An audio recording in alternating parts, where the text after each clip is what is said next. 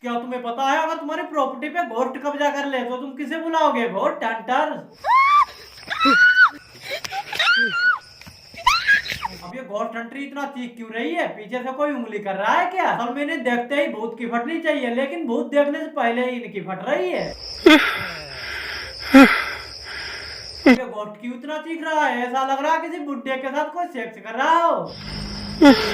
ये तुम्हारा घर नहीं है, ये तो इनकी जमीन है। भोसड़ी का जमीन नहीं जंगल है वो। तुम सब जंगल में मंगल करोगे तो बेचारे एनिमल्स क्या बैठकर मुठ मारेंगे? कौन कहता है ये मेरा घर है और यहाँ पे मेरे बच्चे खेल रहे हैं? सच में पाकिस्तान में बहुत भी सेक्स करते हैं। बच्चों इस अकेले भूत ने पूरे जंगल को ये बना के रखा है।